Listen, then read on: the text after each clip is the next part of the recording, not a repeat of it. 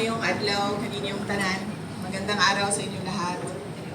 First off, I'd like to thank the Secretariat of the LCAP for inviting me to participate and to join you today for the Joint Regional Task Force LCAP 11 meeting and the joint meetings of the Regional Peace and Order Council and Regional Development Council.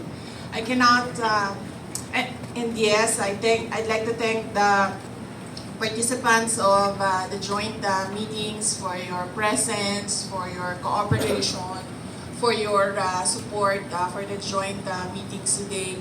And we'd like also to give our special appreciation to our Secretary, Leo Magno, for bringing everyone together to discuss peace and order here in our region. I cannot overemphasize the importance of your anti-insurgency programs in your respective agencies and offices. It will determine the future of our cities, our municipalities, and the future of our children.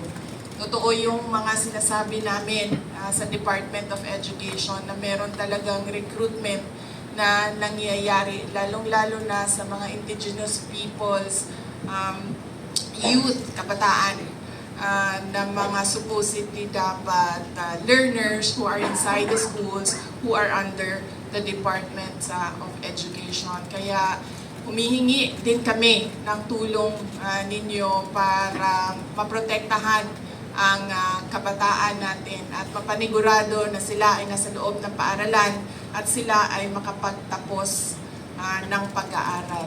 Hindi dahil Davao Region ay na-declare na insurgency free ay wala na tayong problema.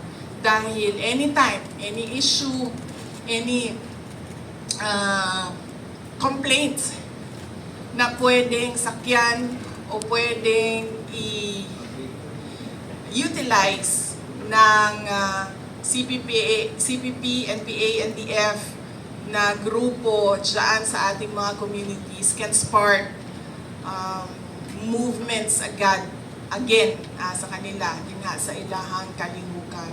Mo nang kinahanglan nga dunay ingani na mga avenues, joint meetings of ARPOC and RDC wherein we can discuss kung ano ba yung dapat natin gawin na maprotektahan ang kapayapaan natin dito sa ating region. At gusto ko lang ulitin ang aking pagpapasalamat sa inyong lahat sa suporta ninyo at sa kooperasyon ninyo sa mga joint meetings natin ngayong araw na ito. Daghang salamat, maayong udto kanina.